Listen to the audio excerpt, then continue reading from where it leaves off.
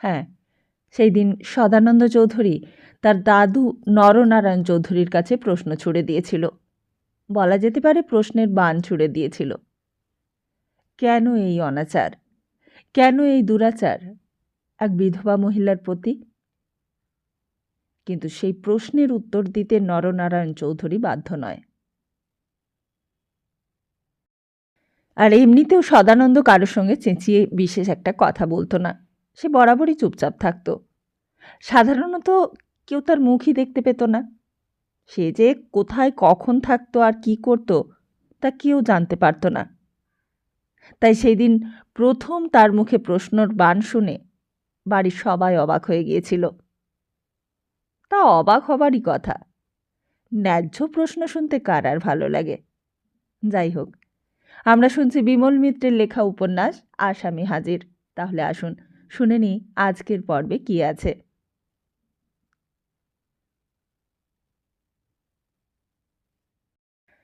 আর এইসব চেঁচামেচির মধ্যে হঠাৎই সমস্ত বাড়ির লোকজন বেশ হচকিত হয়ে উঠেছিল। কর্তাবাবুর ঘরের ভেতরে একটা গোলমালের আওয়াজ হতে সবাই কান পেতে গোলমালের কারণটা জানতে চাইল। গড়িপিসি সিঁড়ির তলা দিয়ে যেতে যেতে হঠাৎই চমকে উঠল। কিসের আওয়াজ? ভেতরে বাড়ির ঘরে তখন নতুন বউকে ঘিরে অনেক অভ্যগতের ভিড়। কাছে গিয়ে ডাকলে, বৌদি, ও বৌদি। সদানন্দের মা তখন ব্যস্ত ছিল। বললে, কি রে, কি বলছিস? গৌরী বললে, কর্তাবাবুর ঘরে অত চেঁচামেচি কিসের হচ্ছে বলো তো? চেঁচামেচি কিসের হচ্ছে তা আমি কি করে জানব? না, মনে হলো খোকার গলা শুনতে পেলাম যেন। খোকাবাবুর সঙ্গে কর্তাবাবুর যেন কথা কাটাকাটি হচ্ছে। তাই নাকি?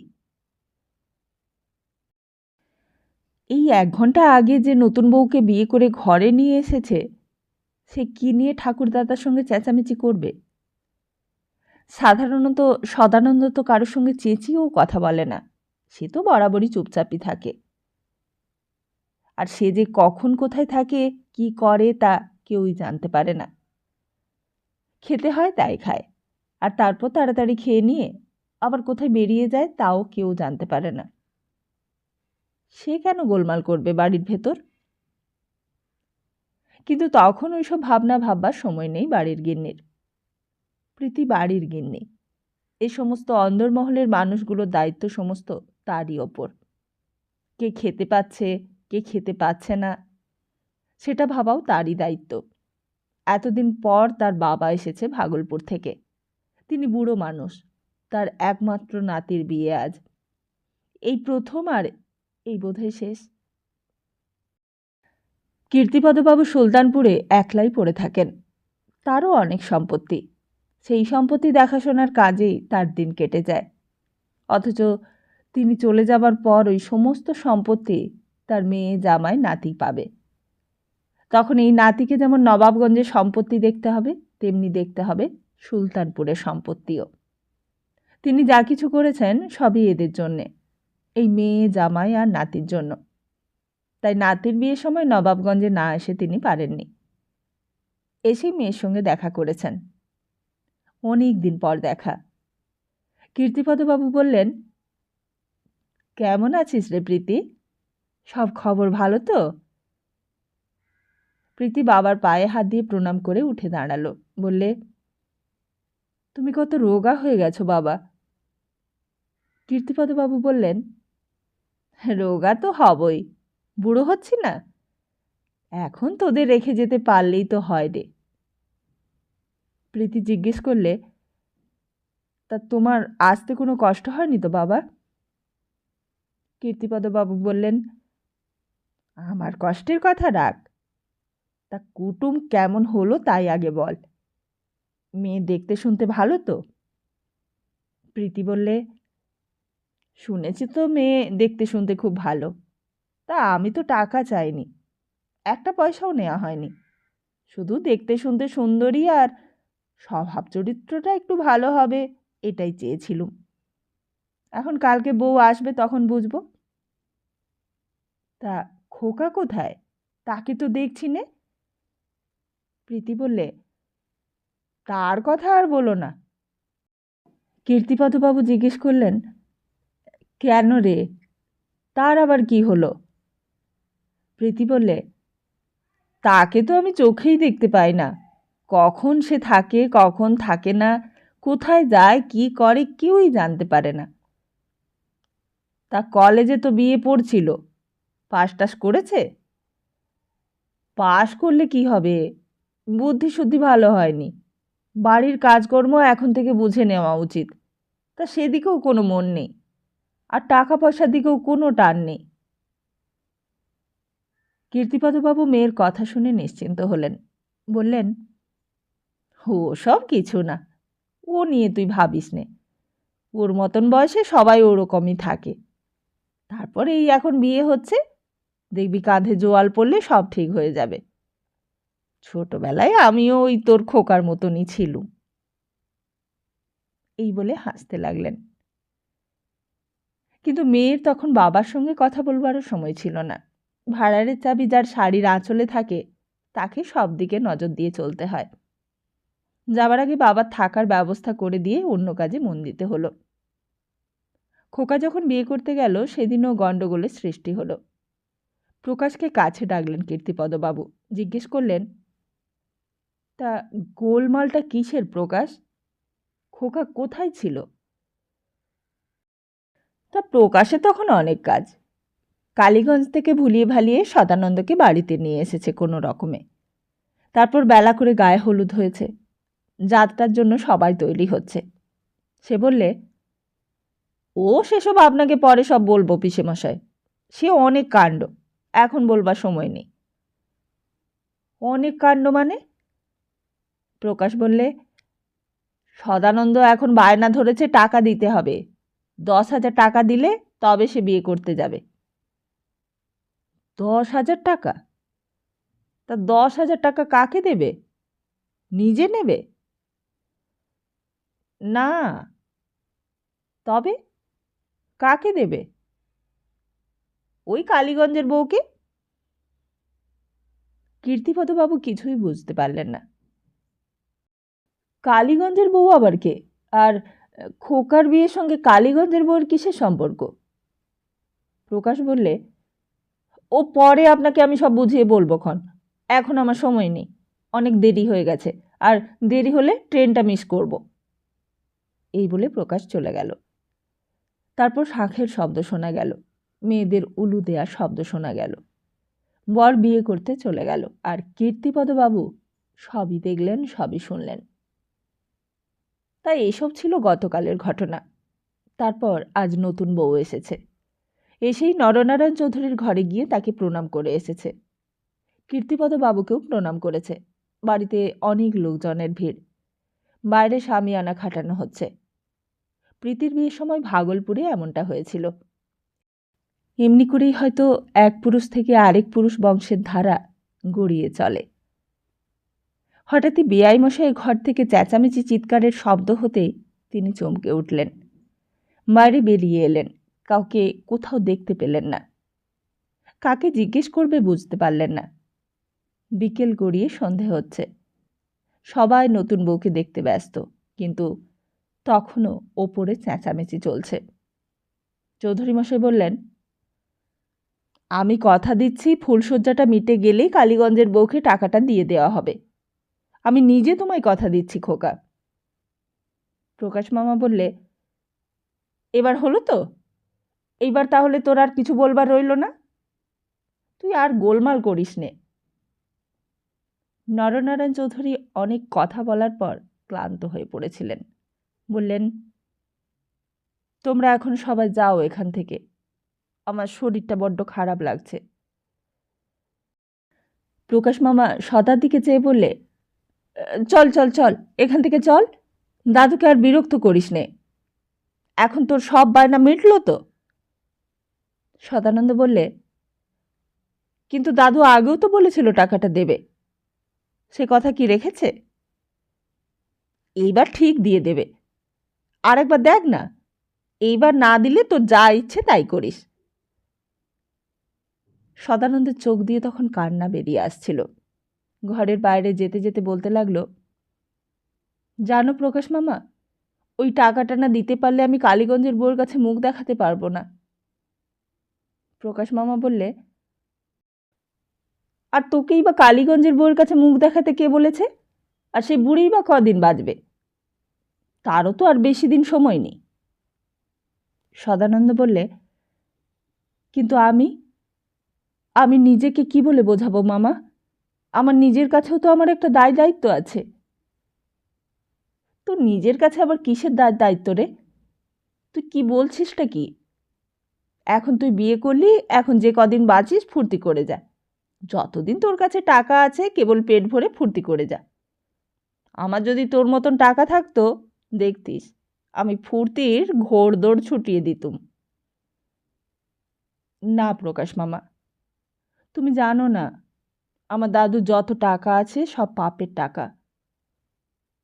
পাপের টাকা? কি যা তা বলছিস তুই? সদানন্দ বললে, হ্যাঁ, জানতে আমার কিছুই বাকি নেই।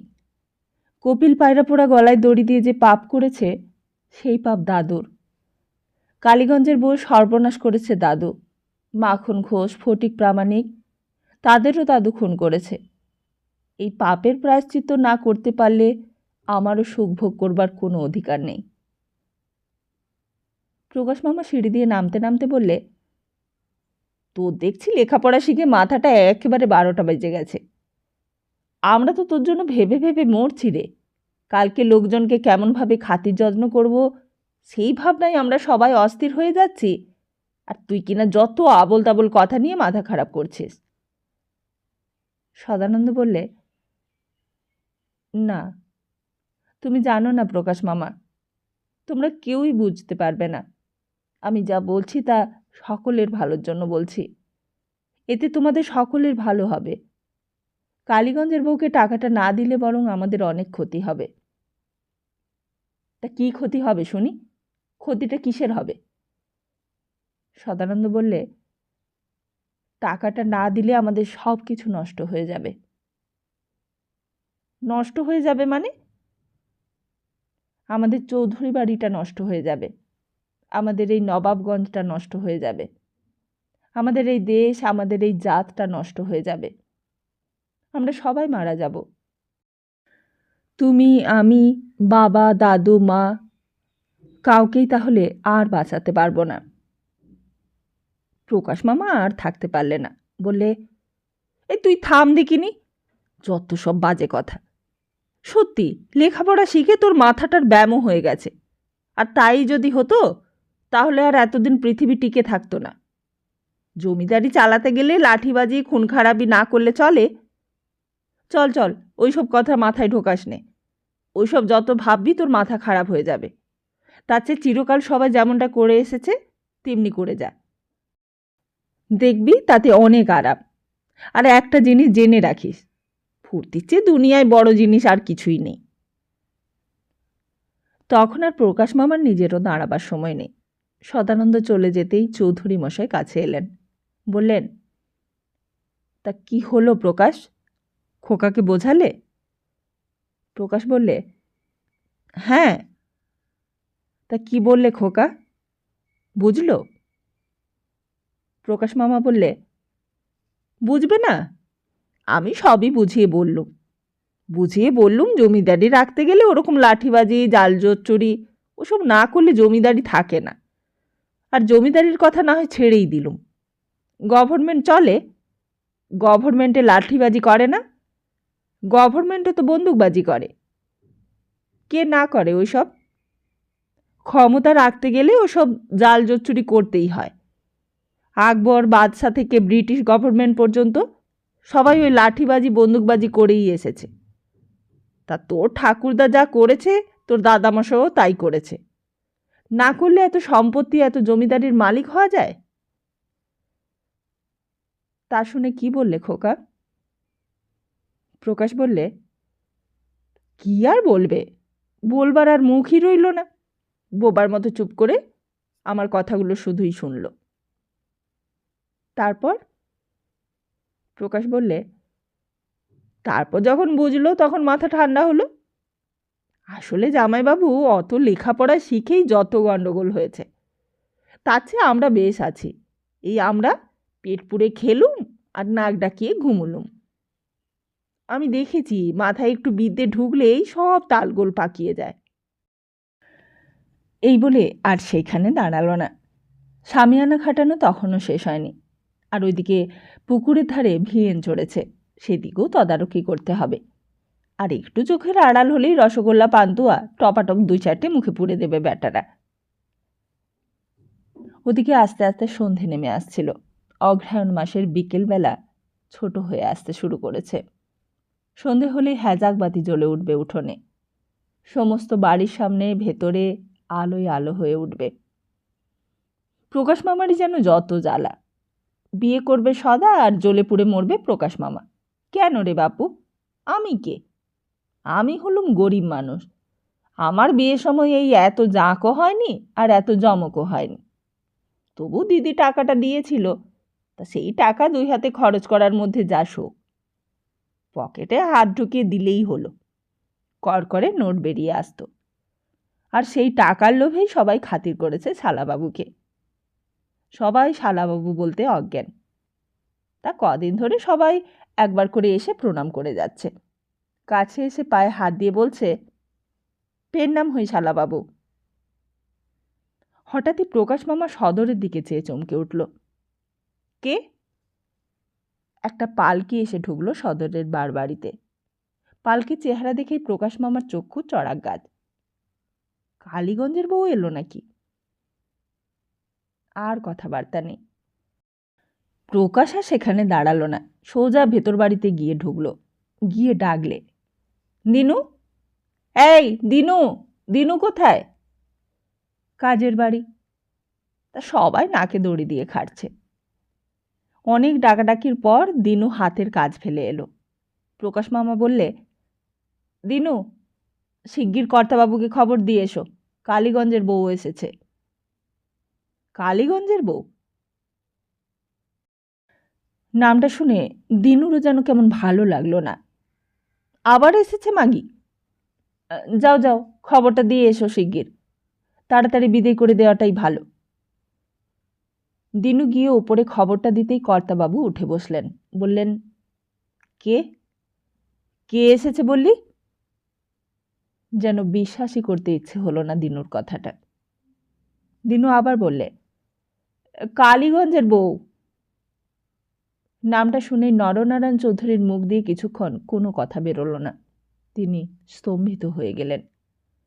আজ তার নাতির বিয়ে, আর আজকেই কিনা কালীগঞ্জের বউকে নবাবগঞ্জে আসতে হয়। দিনু তখনও দাঁড়িয়ে আছে। কর্তাবাবু তার দিকে চেয়ে বললেন, তুই দাঁড়িয়ে দাঁড়িয়ে কি দেখছিস? দিনু বললে, তাকে কি বলবো তাই জিজ্ঞেস করছি। সে কথার উত্তর না দিয়ে কর্তাবাবু কৈলাস গোমস্তার দিকে চাইলেন। বললেন, কৈলাস, কালীগঞ্জের বউকে তুমি নেমন্তন্ন করেছিলে নাকি? কৈলাস গোমস্তা বললে, আজ্ঞে না, আমি কেন নেমন্তন্ন করতে যাব? কর্তাবাবু সঙ্গে সঙ্গে দিনুর দিকে চাইলেন। বললেন, দিনু, যা তো একবার বংশীঢালিকে ডেকে নিয়ে আয় তো। বংশীঢালি আছে এখানে? আগে হ্যাঁ, আমি ডেকে আনছি। বলে দিনু তাড়াতাড়ি চলে গেল। আর তারপরেই বংশীঢালি এসে ঘরে ঢুকল। মাথায় জড়ানো একটা লাল পাগড়ি, কালো কুচকুচে গায়ের রং, পরনে কাপড়টাকে বাসন্তী রঙে ছুপিয়ে নিয়েছে। বললে, কি হুকুম কর্তাবাবু? কর্তাবাবু কৈলাস গোমস্তার দিকে চাইলেন। বললেন, কৈলাস, তুমি একবার বাইরে যাও তো, বংশীর সঙ্গে আমার একটা কাজের কথা আছে। দেখো যেন এই সময়ে আমার ঘরে কেউ না ঢোকে। কৈলাস গোমস্তা বাইরে চলে যেতেই কর্তাবাবু বংশীর দিকে চেয়ে বললেন, একটু কাছে সরে আয়, আমার মুখের কাছে।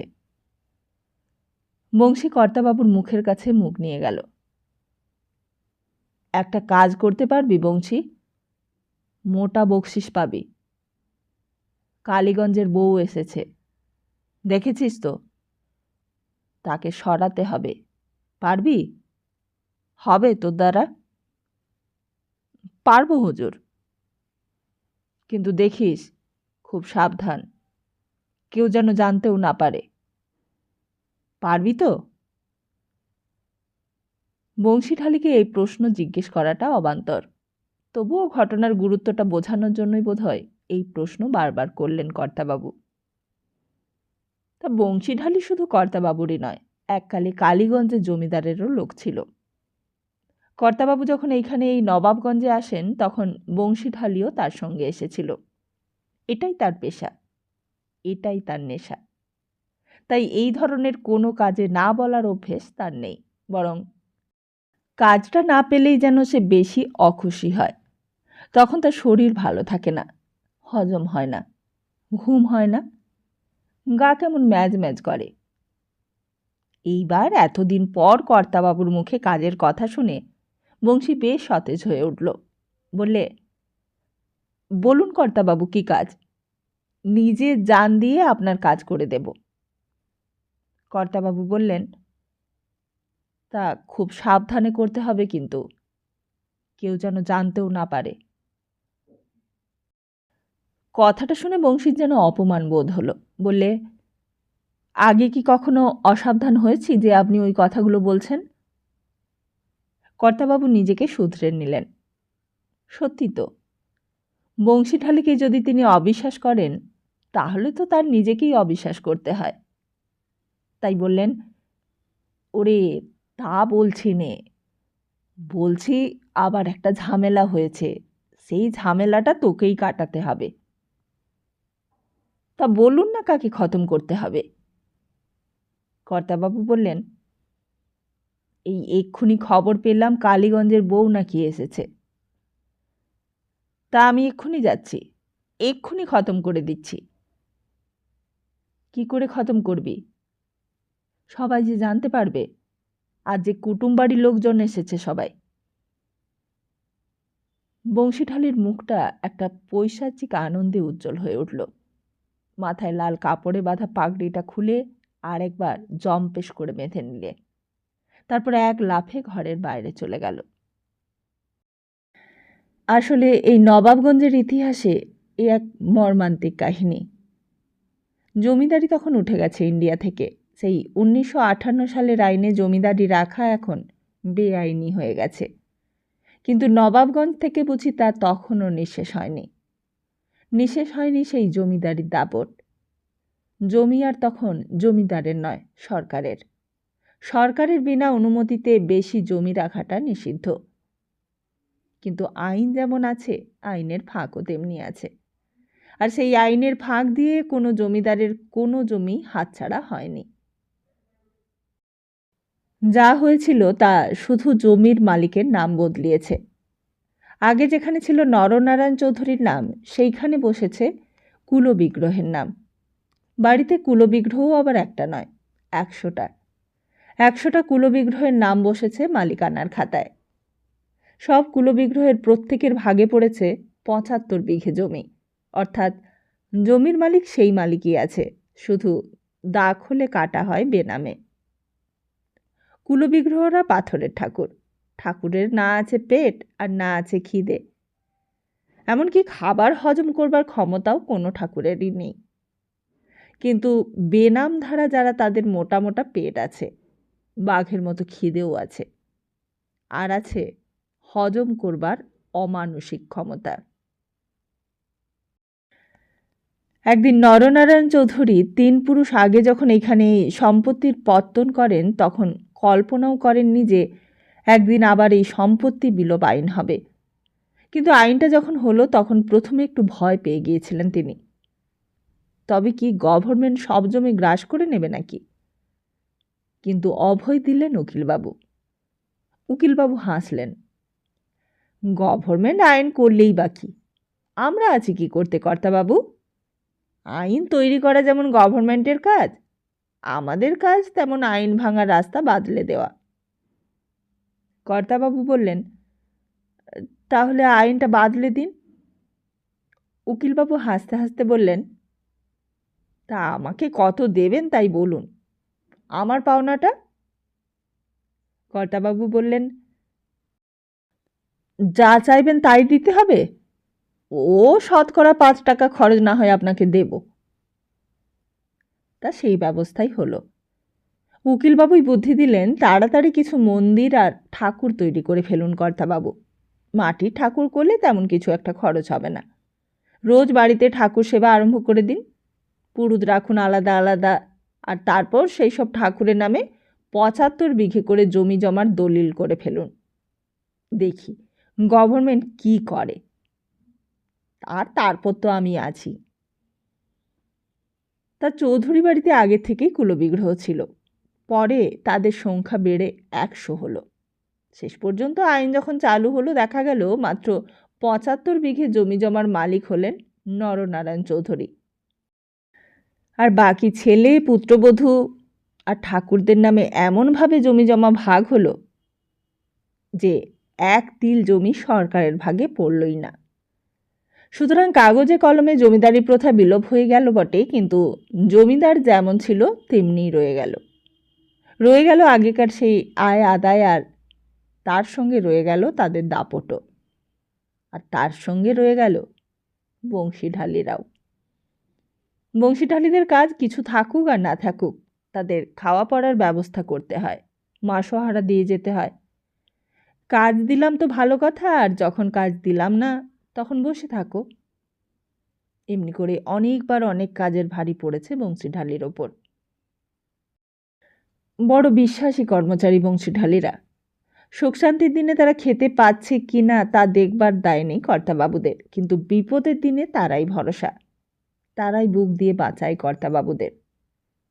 আর আজ এতদিন পর আবার ডাক পড়েছে সেই বংশীঢালির। বাড়িতে যখন সবাই কাজে ব্যস্ত, তখন কেবল তারই কাজ ছিল না। এখন যেন সেও একটা কাজ পেয়ে গেল। এতক্ষণ শুধুই বাড়ির শোভা হয়ে ঘুরে বেড়াচ্ছিল। কাজের লোক, সে যদি চুপ করে থাকে তাই বা কেমন করে চলে?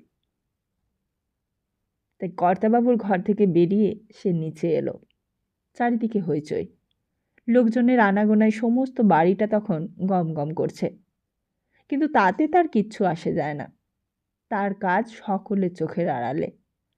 সে কাজ কেউ দেখতেও পাবে না, জানতেও পারবে না। জানবে শুধু সে আর তার শাগরেদরা, আর জানতে পারবে তার অন্নদাতা মালিক। যে জানলে তার খাওয়া পড়া জুটবে, তার চাকরিটা বজায় থাকবে। তা সে নিচে নেমেই আর দাঁড়ালো না সেখানে বংশীঢালি, একেবারে সোজা গিয়ে হাজির হলো বারবাড়িতে। বারবাড়িতে পালকি থেকে নেমে কালীগঞ্জের বউ তখন মাথার ঘোমটাটা ভালো করে টেনে দিলে। প্রকাশ মামা সামনে গিয়ে অভ্যর্থনা করলে, আসুন আসুন মা জননী, আসুন। কালীগঞ্জের বউর পরনে একটা গরদের পাট ভাঙা থান। আজকে একটা বিশেষ দিন বলে বিশেষভাবেই সেজেগুজে এসেছে।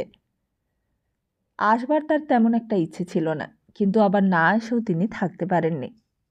একবার মনে হয়েছিল বিনা নিমন্ত্রণে যাওয়াটা ঠিক হবে না, কিন্তু কে করবে তাকে নিমন্ত্রণ?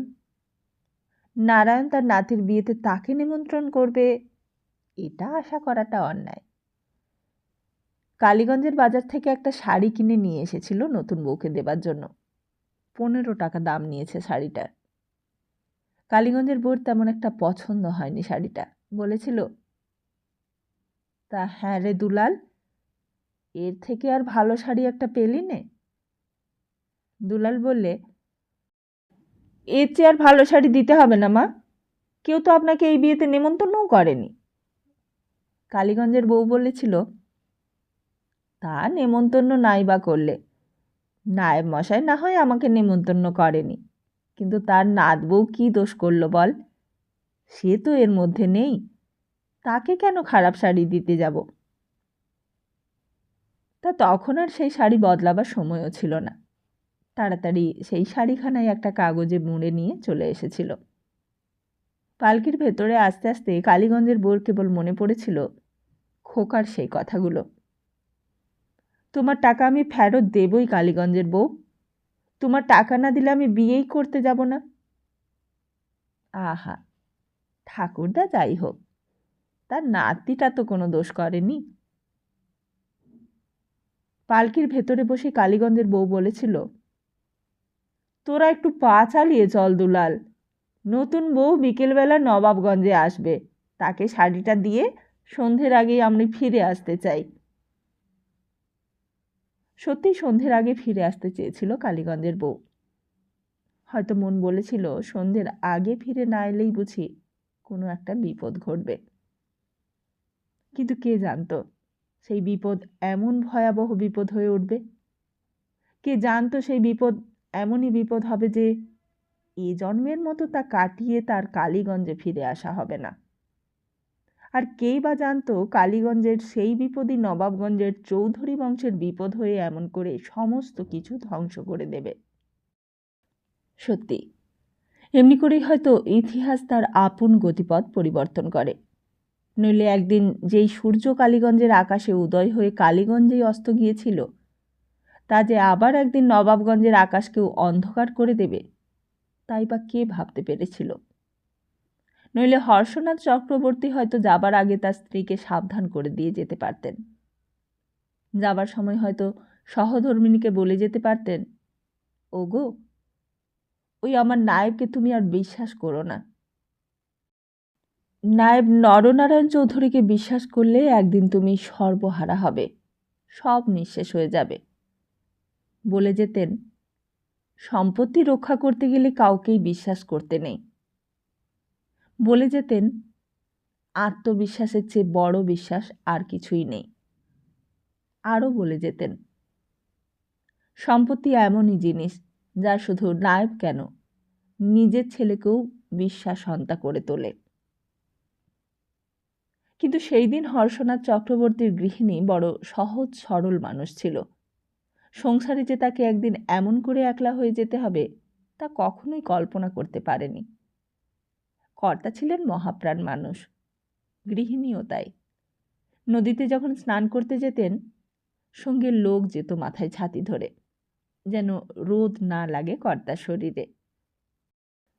কোচানো কাপড় যেত স্নান করে উঠে পড়বার জন্য, আর যেত কাঁসার বাটিতে আধসের তেল। গৃহিণী দেখতে পেয়ে একদিন বলেছিল, অত তেল কি তোমার নিজের গায়ে মাখো নাকি?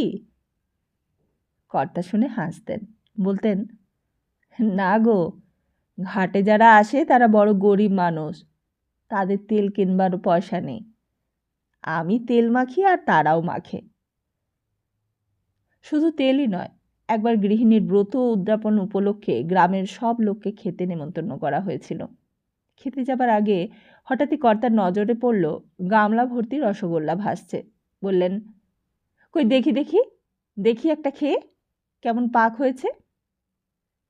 তা একটা রসগোল্লা খেলেন, কিন্তু রসগোল্লাটা মুখে দিয়েই থুথু করে ফেলে দিলেন। বললেন, না না, এই মিষ্টি কাউকে খেতে দিতে পারবে না, এ বাসি মিষ্টি, টক হয়ে গিয়েছে, সব ফেলে দাও। আর শুধু ফেলে দেওয়াই নয়, পাছে কাক পক্ষীতেও খায়, সেই জন্য মাটিতে গর্ত করে সেই 2.5 মণ ছানার তৈরি রসগোল্লা সব পুঁতে ফেলা হলো। তারপর আবার রাতারাতি নতুন করে তৈরি হলো রসগোল্লা। তবে সকলের পাতে মিষ্টি পরিবেশন করা হলো। তাই এইসব ঘটনা কালীগঞ্জের লোক যেমন জানে, এই নরনারায়ণ চৌধুরীও তেমনি জানেন। অথচ সেই চক্রবর্তী মশাইয়ের গৃহিণীর এমন সর্বনাশ করতে তারও বাধল না। সে সময় নরনারায়ণকেই ডেকেছিলেন হর্ষনাথ চক্রবর্তী। বলেছিলেন, এবার আমার যাবার বন্দোবস্ত করো নারায়ণ। নরনারায়ণ যাওয়ার কথা শুনে অবাক হয়ে গিয়েছিলেন। বলেছিলেন, কোথায় যাবেন হুজুর? হর্ষনাথ বলেছিলেন, নবদ্বীপ।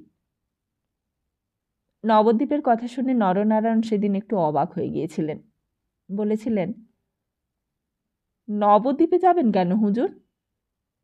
হর্ষনাথ বলেছিলেন, যা বলছি তাই করো, গাড়ি জুততে বলো। তা সেই ব্যবস্থাই হয়েছিল। কর্তা নবদ্বীপে যাবেন হুকুম হয়েছে, কর্তার হুকুমের আর নড়চড় নেই। গাড়ি চলল। সমস্ত দিন চলে সন্ধেবেলা একটা নদীর ধারে এসে গাড়ি পৌঁছল। জিজ্ঞেস করলেন, এটা কোথায় এলাম? নরনারায়ণ বললেন, আগে কেষ্টগঞ্জ। কর্তা বললেন, আমি তামাক খাবো, আমার কলকে গড়গড়া সব নিয়ে এসো। সঙ্গে সঙ্গে লোক ছুটল কালীগঞ্জে। কর্তার তামাক খাবার ইচ্ছে হয়েছে, তার নিজের গড়গড়া ফর্সি সব কিছু আনা চাই। তিনি সেই কেষ্টগঞ্জের নদীর ঘাটেই আস্তানা গাড়লেন। পরের দিন সব কিছু এসে হাজির হলো, আর তখন সেই নিজের অভ্যস্ত গড়গড়ার ওপর কলকে বসিয়ে তামাক খেলেন। 2-4 টান দিলেন গড়গড়ায়, ধোঁয়া বেরোলো, আর তারপর সেটা নরনারায়ণের হাতে দিলেন। বললেন, আর না, আমার এইটুকুই আসক্তি ছিল, এইবার তাও গেল, এখন চলো। তখন গাড়ি আবার চলল নবদ্বীপের দিকে। কিন্তু এইসব কথা আজকে আর কে শুনবে? কাকে শোনাবে কালীগঞ্জের বউ? একজন যে এইসব ঘটনার সাক্ষী ছিল, সেও আজ সব ভুলে বসে আছে। সেই দিনকার সেই নায়েব আজ আর সেই দিনকার সেই মনিবকে মনেই রাখতে চায় না। মনে রাখলে নবাবগঞ্জের সেই সব কিছু সম্পত্তি সোজা কালীগঞ্জের বউয়ের কাছে ফিরিয়ে দিতে হয়, কিন্তু তা তো আর সম্ভব নয়। তাই কালীগঞ্জের বউকে দেখলেই তার মেজাজটা বিগড়ে যায়। বলে, যা যা দিনু, বল যে আমার শরীরটা আজ ভালো নেই, আমার সঙ্গে দেখা হবে না। আর তাছাড়াও নিজের সৌভাগ্যের দিনে কে আর অতীতের সেই অন্ধকার দাসত্বের দিনগুলোর কথা মনে রাখে? কালীগঞ্জের বউয়ের নাম শুনলে যেন কেবল মনে পড়ে যায় সেই 15 টাকা মাইনের চাকরিটার কথাগুলো। কে যেন চোখে আঙুল দিয়ে দেখিয়ে দিতে চায় তার পুরনো চেহারাটাকে। বলে, ওই দেখ, ওকে চিনতে পারিস? নরনারায়ণ চৌধুরী চিৎকার করে ওঠেন, কৈলাস, কৈলাস! কৈলাস গোমস্তা বলে, আগে এই তো আমি আমি তো আপনার পাশেই আছি। ও, এই বলে যেন শান্ত হয়ে যেত, যেন আবার তিনি বাস্তব জগতে ফিরে আসেন। বলেন, দেখো কৈলাস, আজকাল কেবলই আমার এরকম হয়, মনে হয় যেন আমার কাছে কেউ নেই। তুমি আমার কাছে সবসময় থাকবে কেমন? কিন্তু সেই দিন বংশীঢালি ঘরের বাইরে চলে যাবার পরেই কর্তাবাবু আবার ডাকলেন, কৈলাস! কৈলাস বাইরেই দাঁড়িয়েছিল, ডাক পেয়েই ভেতরে এলো। বললে, আমাকে ডাকছিলেন?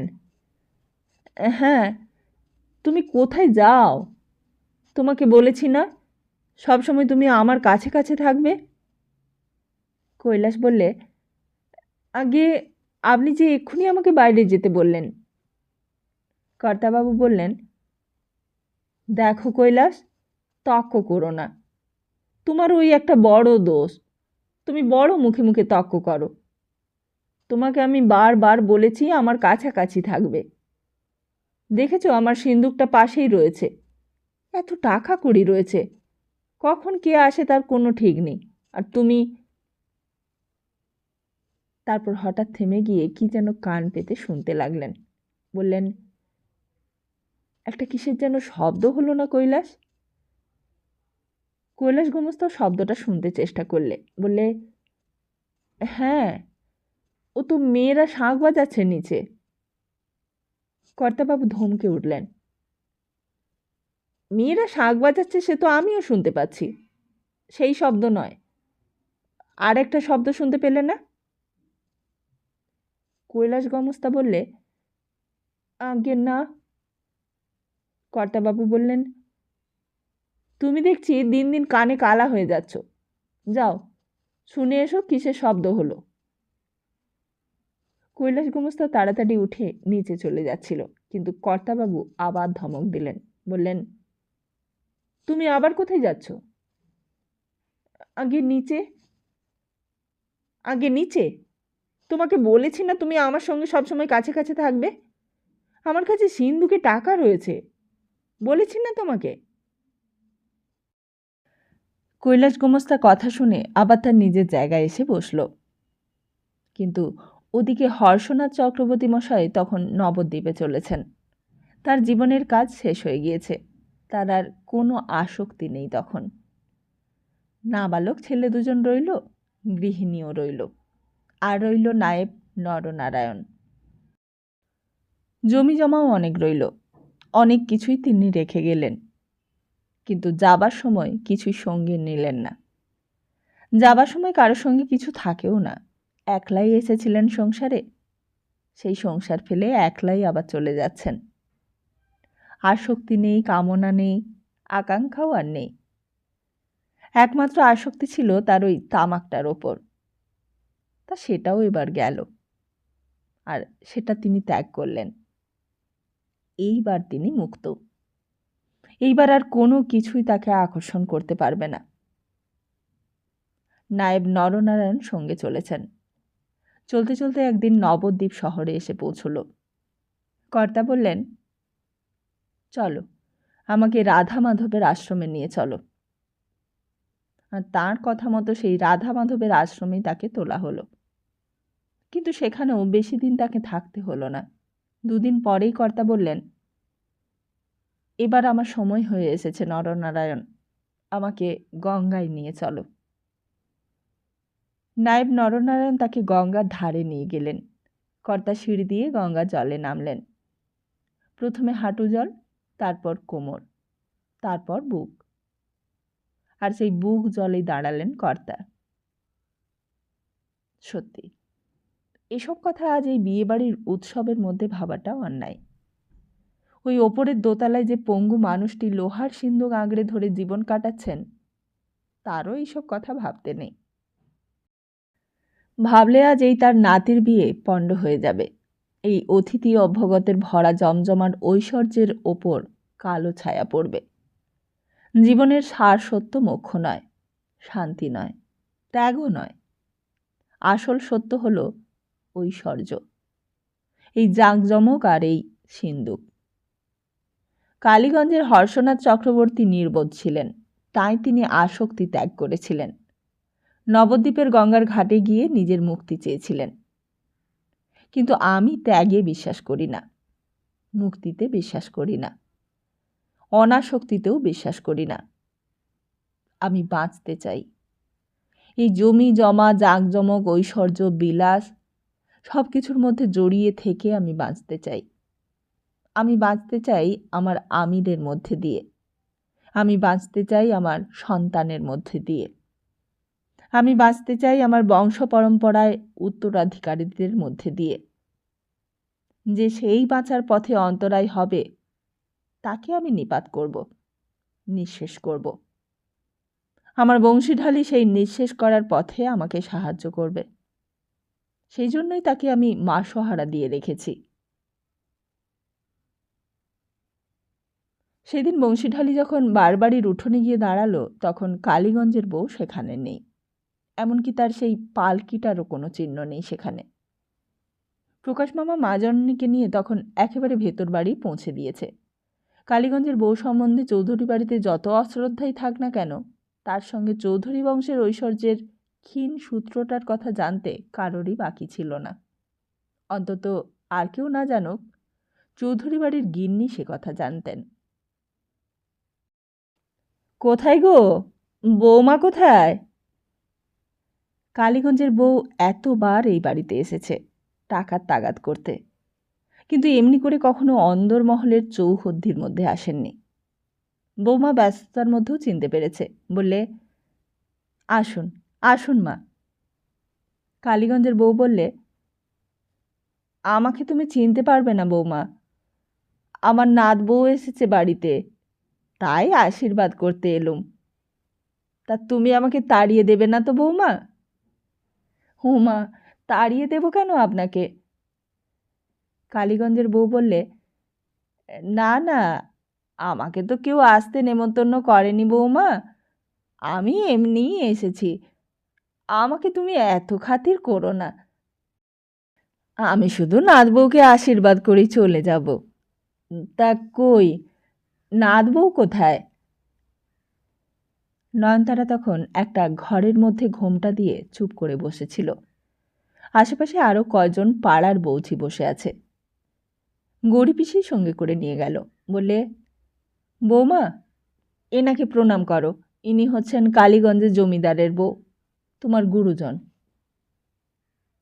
কালীগঞ্জের বউর হাতে পাট করা শাড়িখানা এগিয়ে দিতেই নয়নতারা সেখানে হাত বাড়িয়ে নিলে, তারপর পায়ে হাত দিয়ে প্রণাম করলে। থাক থাক মা, থাক, আশীর্বাদ করি সুখী হও মা। শ্বশুর শাশুড়ি স্বামী ছেলে মেয়ে নিয়ে সুখে সংসার করো। এই বলে সেখানে আর দাঁড়ালো না, যেন চলে আসতে পারলেই বাঁচে, যেন সকলে চোখের আড়ালে চলে যেতে পারলেই তৃপ্তি পায়। মুখ নিচু করে যেমন এসেছিল তেমনি আবার বাড়ির দিকে চলে গেল। গৌরী পিসি বাইরে আসতেই প্রীতি জিজ্ঞেস করলে, কিরে, মাগি চলে গেছে? গৌরী পিসি বললে, হ্যাঁ, বিদেই হয়েছে। তা কি দিয়ে বউয়ের মুখ দেখলে রে? সে আর বলো না বৌদি, ওই একটা বাঁধি পোতার গামছা।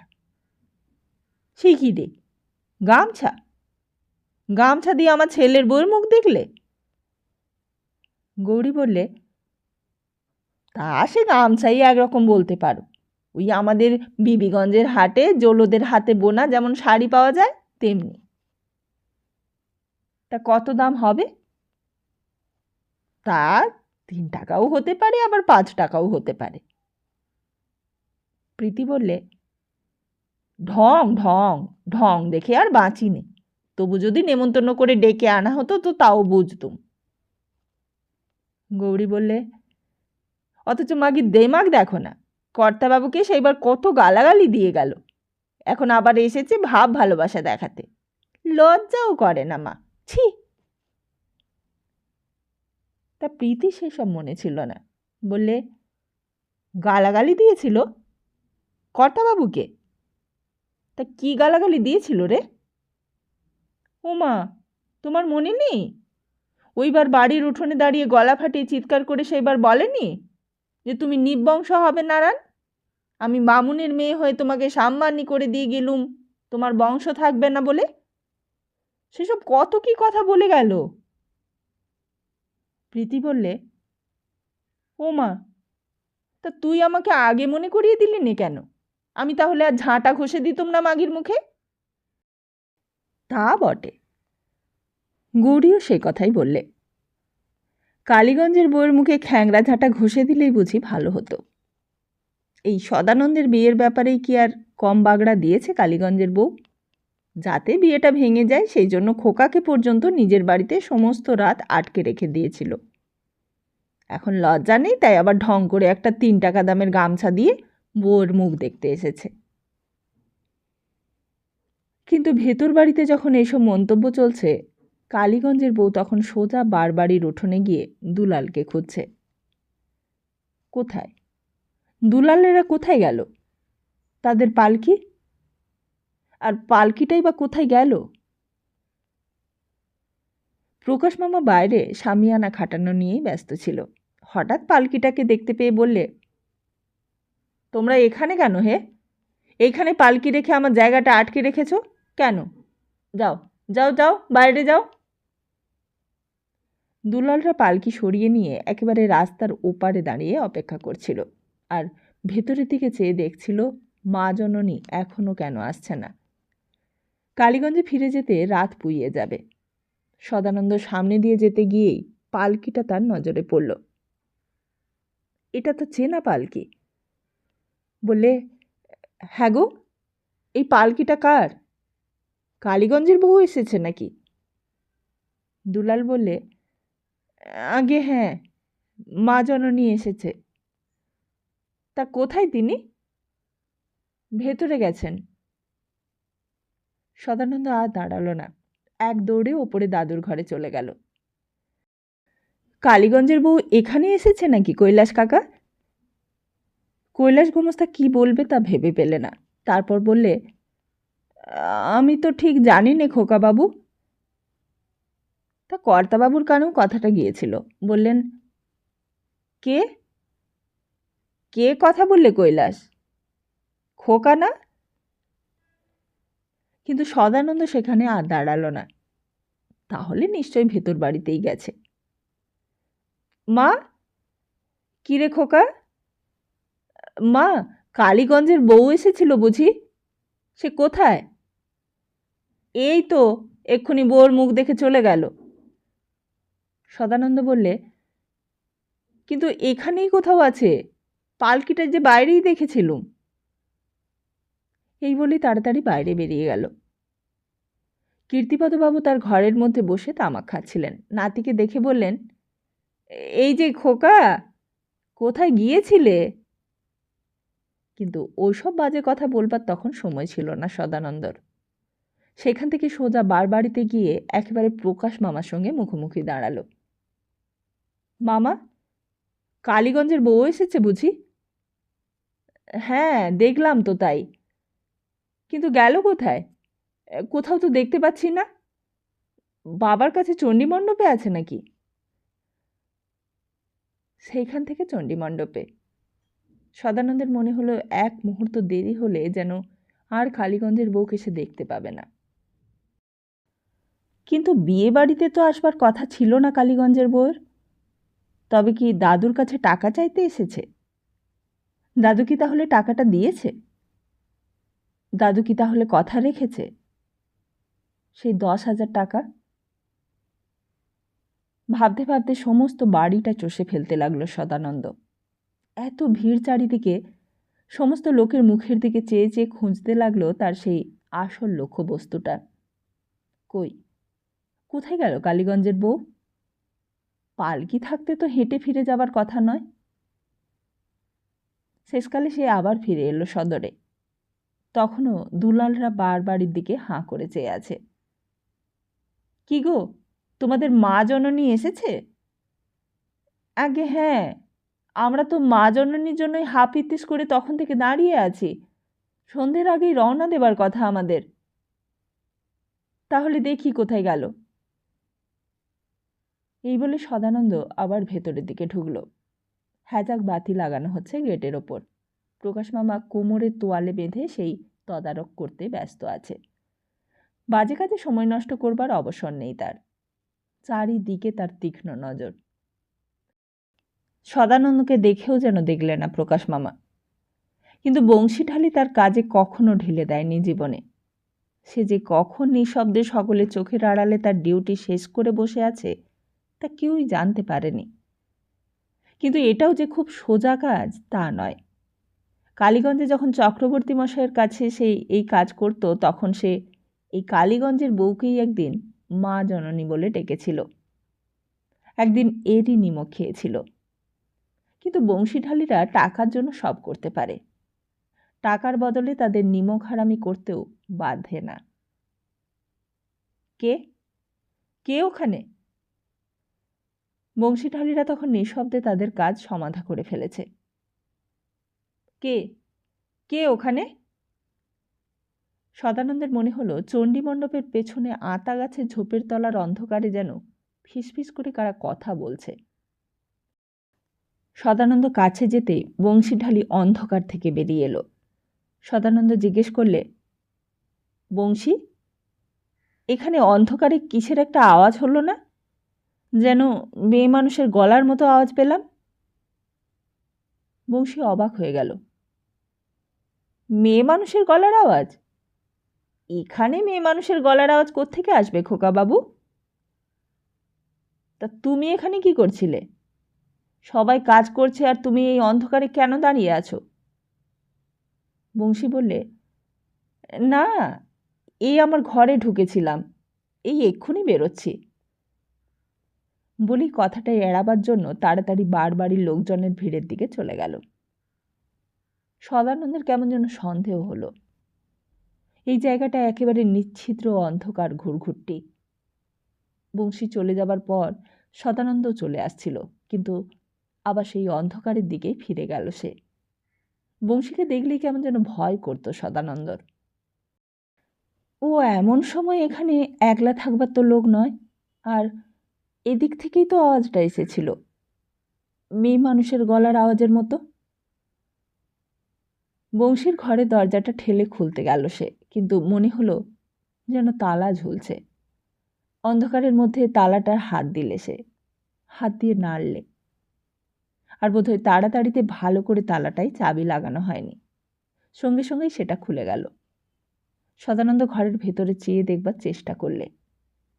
মনে হলো ভেতরে যেন তখনও কার গলার আওয়াজ পাওয়া যাচ্ছে, কিন্তু বংশী তারই মধ্যে আবার এসে হাজির হয়েছে তখন। এখানে কি করছো খোকা বাবু? ঘরের ভেতরে কি বংশী? কে গো আছে?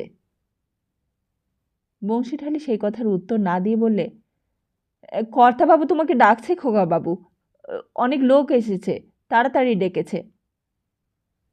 আমাকে? আমাকে ডেকেছে? হ্যাঁ, এক্ষুনি একবার দেখা করে এসো। কিন্তু তোমার এই ঘরের মধ্যে কে? বংশীঠালি বললে, ঘরের মধ্যে আবার কে থাকবে?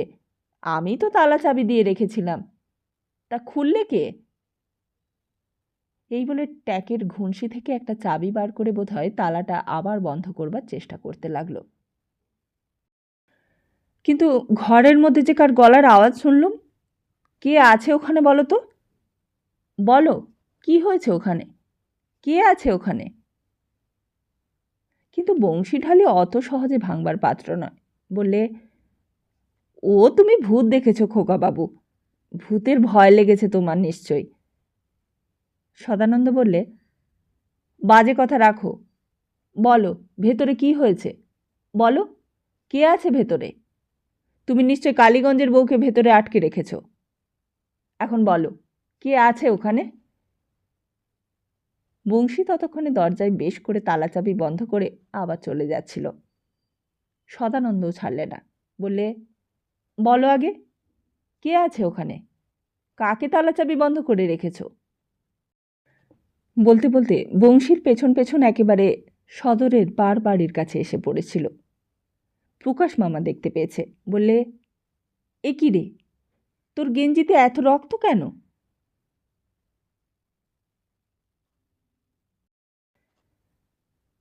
তাহলে আজকের মতো এখানেই শেষ করছি।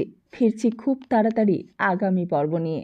ততদিন ভালো থাকুন, সুস্থ থাকুন আর সবাইকে ভালো রাখুন। নমস্কার।